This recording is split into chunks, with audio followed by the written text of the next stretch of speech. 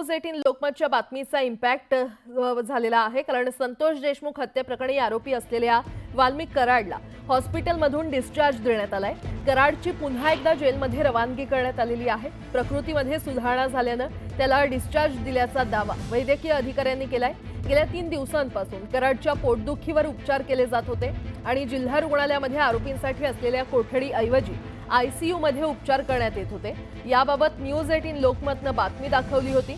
Valmik कराडला VIP treatment दिली जाते का असा सवालही उपस्थित करण्यात आला होता।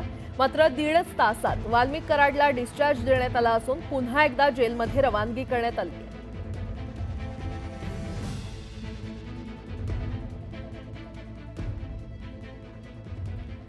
बीड शहरातील सौरभ भोंडवेच्या संशयास्पद मृत्यू प्रकरणानं नवं वळण घेतलंय। या प्रकरणात वाल्मिक कराडचा हस्तक्षेप असल्याचा आरोप पीडित कुटुंबियांनी केलाय। या संदर्भात अंजली दमानिया यांनी देखील एक्सवर पोस्ट केली आहे। तर पोलिसांच्या कारवाईवर प्रश्नचिन्ह उपस्थित करत वाल्मिक कराडच्या सांगण्यावरूनच गुन्हा दाखल करून घेतला नाही असा आरोप सौरभ भोंडवेच्या कुटुंबियांनी केलाय। माझ्या मुलाचा तलावात बुडवून त्याचा खून केला, मुख्यमंत्री साहेब आम्हाला न्याय द्या अशी आर्तसाद सौरभची पत्नी आणि आईनं घातली आहे।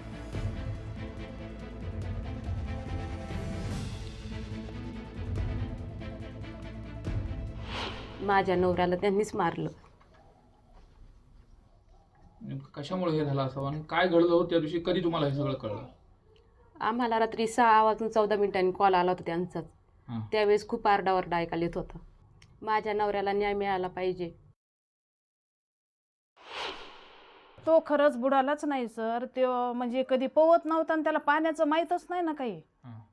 बीडला राहिल्यामुळं काय माहिती असं खेड्यापाड्याचं काही, म्हणून त्याने काय केलं, तिघांनी त्याला बुडवून मारलं। आणि हे जर पोहून बुडतोय तर हे मुलं आम्हाला फोन करतात, कळवितात अशाने असं झालं म्हणून।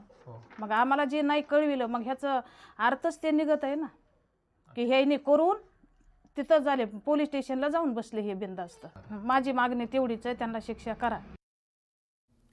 पुन्हा एकदा बातम्या पाहणार आहोत वेगवान स्वरूपात।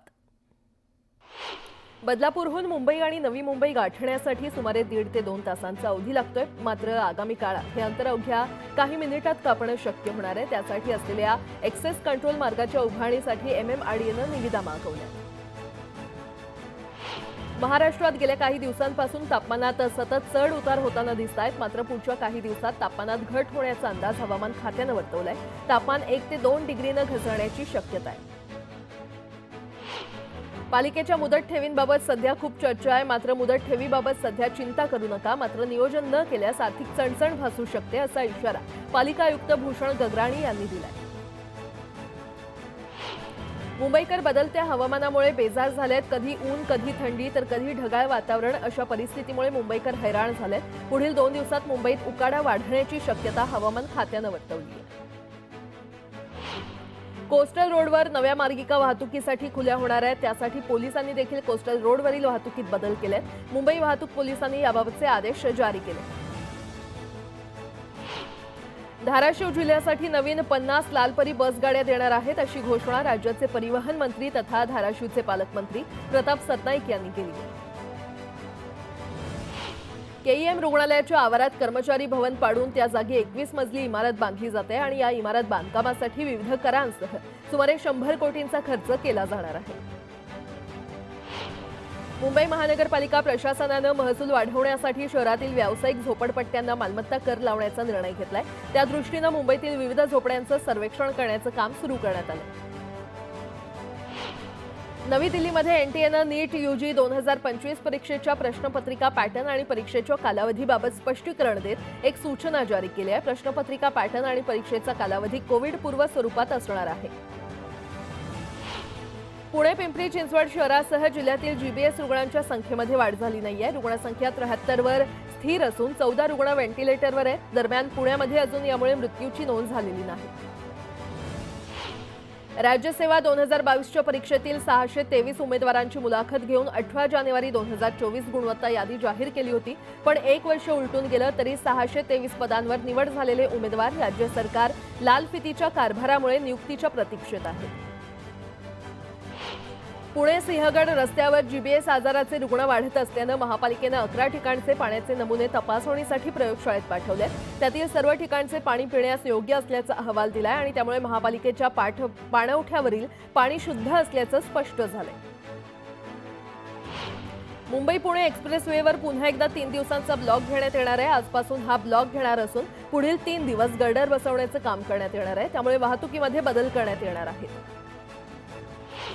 म्हाडाच्या कोकण मंडळाची 2147 घरं आणि 110 भूखंड विक्रीकरता 5 फेब्रुवारी रोजी ठाणे येथील काशीनाथ घाणेकर नाट्यगृहात लॉटरी काढली जाणार आहे आणि या लॉटरीसाठी सुमारे 24,911 अर्ज अनामत रकमेसह आले. अभिनेता सैफ अली खानवर हल्ला प्रकरणाचा तपास करणाऱ्या पोलिसांच्या हाती आणखी पुरावे लागलेत. आरोपीनं गुन्ह्याच्या वेळी घातलेले बूट पोलिसांनी जप्त केलेत. यापूर्वी हल्ल्यात वापरलेला चाकूचा तुकडा आणि कपडे पोलिसांनी जप्त केले होते. मुख्यमंत्री माझी लाडकी बहिणी योजनेअंतर्गत या बहिणींना हे पैसे कसे वापरायचे याचे धडे सरकारच्या वतीनं दिले जाणार आहेत. त्यासाठी महिला विकास विभागाकडून एक कृती आराखडा तयार केला जातोय. राज्य मंत्रिमंडळातील मंत्र्यांचा शपथविधी होऊन 1.5 महिना होत असला तरी कर्मचारी नियुक्त्या रखडल्या आहेत. कामकाजात अडचणी येत आहेत. कार्यालयातील नियुक्त्यांना मुख्यमंत्री देवेंद्र फडणवीस यांची मंजुरी घेणं आवश्यक असल्यामुळे कर्मचारी नियुक्तीचे मंत्र्यांचे प्रस्ताव मुख्यमंत्री कार्यालयामध्ये प्रलंबित आहेत. मुंबईत एसटीच्या भाडेवाढीबाबत प्रवाशांमध्ये प्रचंड नाराजी पाहायला मिळते. इंधन दरवाढ, महागाई भत्त्यात झालेली वाढ यामुळे एसटीच्या बस प्रवाहात 14.95% वाढ करण्यात आलेली आहे. ही दरवाढ 25 जानेवारीपासून लागू झालेली पाहायला मिळते.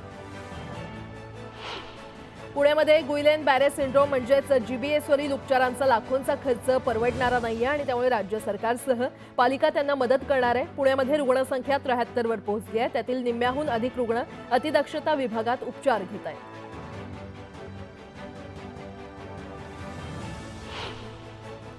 या संतोष देशमुख हत्या आणि खंडणी प्रकरणी तुरुंगात असलेल्या वाल्मिक कराड आपली संपत्ती वाचवण्याचा प्रयत्न करतोय.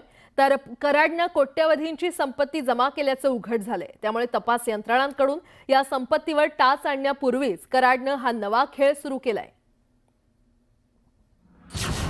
वाल्मिक कराडचा आणखी एक कारनामा, कोट्यवधींची संपत्ती वाचवण्याची धडपड. संपत्ती इतरांच्या नावे ट्रान्सफर करण्याचा प्रयत्न.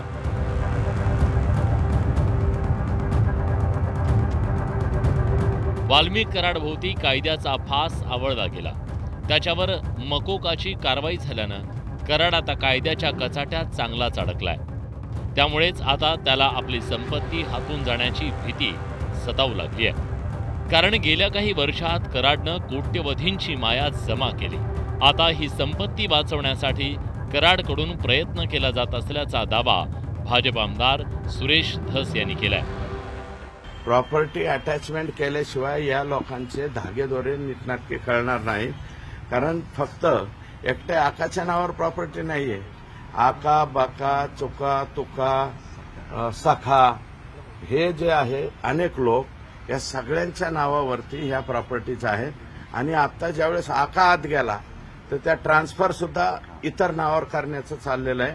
आम्ही एसआयटीला मागणी ही करू की या कालावधीतल्या ह्या कोणाच्या तरी नावावरून भावड्याच्या नावावरून सवड्याच्या नावावर झाली किंवा सवड्याच्या नावाने नवड्याच्या नावावर झाली तर ह्या सगळ्या प्रॉपर्टीज ह्या आकाच्या अटॅचमेंटमध्ये आल्या पाहिजेत अशी आमची सगळ्यांची मागणी आहे. वाल्मिक कराडनं बीड, अहिल्यानगर आणि पुणे शहरात मोठ्या प्रमाणात संपत्ती घेतल्याचं समोर आलं. तसंच त्यानं आपल्या जवळच्या व्यक्तींच्या नावे संपत्ती खरेदी केल्याचा दावा सुरेश धस यांनी केला. सुदाम बापूराव नरोडेच्या नावे बीडच्या सिमरी पारगावमध्ये 50 एकर जमीन खरेदी करण्यात आली. सोलापूरच्या शेंद्रा गावात कराडची दुसरी पत्नी ज्योती जाधवच्या नावे 50 एकर जमीन आहे. मनीषा सुदाम नरोडेच्या नावे बीडच्या माजल गावात 10 ते 12 एकर जमीन आहे. तर योगेश सुदाम काकडेच्या नावावर 15 ते 20 एकर जमीन खरेदी करण्यात आल्याचा दावा धस यांनी केलाय. सुशील पाटील बिल्डर आहे आणि वैशाली हॉटेल आहे ना पुण्याला गेल्यावर आपलं एफसी रोड म्हणतो ना आपण, जंगली महाराज रोडच्या नंतरचं एफसी रोड FC रोडला वैशाली हॉटेल आहे, वैशाली हॉटेलच्या पलीकड सुशील पाटील बिल्डर आणि छाजर त्याच्यात पार्टनरशिप आहे. तिथं एक शॉप असं काढतायत, 7 शॉप आकाने बुक केलेत, 7. एका शॉपची किंमत आहे 5 कोटी रुपये. ज्योती मंगल जाधवच्या नावावर अहिल्यानगरच्या जामखेडमध्ये 10 ते 15 एकर जमीन, तर संतोष देशमुख हत्ये प्रकरणातील आरोपी विष्णू चाटेच्या बहिणीच्या नावे पुण्याच्या FC रोडवर 608 क्रमांकाचं शॉप आहे. एवढंच काय, पण कराडच्या पत्नीचे इथं 3 शॉप आहे. तर वाल्मिक कराडनं FC रोडवर 4 शॉप घेतले, त्याची किंमत 40 कोटी रुपये. वाल्मिक कराडच्या ड्रायव्हरनं तर पुण्याच्या मगरपट्टा परिसरातल्या एका आलिशान इमारतीचा संपूर्ण फ्लोर विकत घेतला, त्याची किंमत 75 कोटी रुपये आहे. आकांचं दुसरी पत्नी ह्या ज्या जाधव आहेत ना, त्या त्यांच्या दुसऱ्या पत्नी आहेत, त्यांच्या नावावर 3 शॉप आहेत आणि वाल्मिक आका यांच्या नावावर 4. म्हणजे 5 कोटीला म्हणल्यावर एक किती झालं, 7 35 कोटी आणि विष्णू चाट्याचा एक 40 कोटी. 40 कोटीचे त्यांचे फ्लॅट, एक शॉपची किंमत 5 कोटी रुपये. वाल्मिक कराडनं आपल्या जवळच्या व्यक्तीच्या नावे ही कोट्यवधींची संपत्ती केल्याचा आरोप सुरेश धस यांनी केला. याच संपत्तीमुळे त्याला ईडीनं नोटीस बजावली होती. हे जे छोटे आका आहेत यांना 2/2/2022ला ईडीची नोटीस आलेली आहे. ईडीच्या नोटिसीची तारीख सुद्धा मी काढून आणली. एन्फोर्समेंट डायरेक्टरी दिल्लीची नोटीस आली. ती का नोटीस आली? कराडवर मकोकाची कारवाई झाल्यानं त्याची संपत्ती ईडी आणि आयकर विभागाच्या रडारवर येण्याची शक्यता आहे आणि त्यामुळे कराडकडून ही कोट्यवधींची संपत्ती वाचवण्याची धडपड तर केली जात नाही ना, अशी चर्चा रंगली आहे. Bureau report, news 18 Lokmat.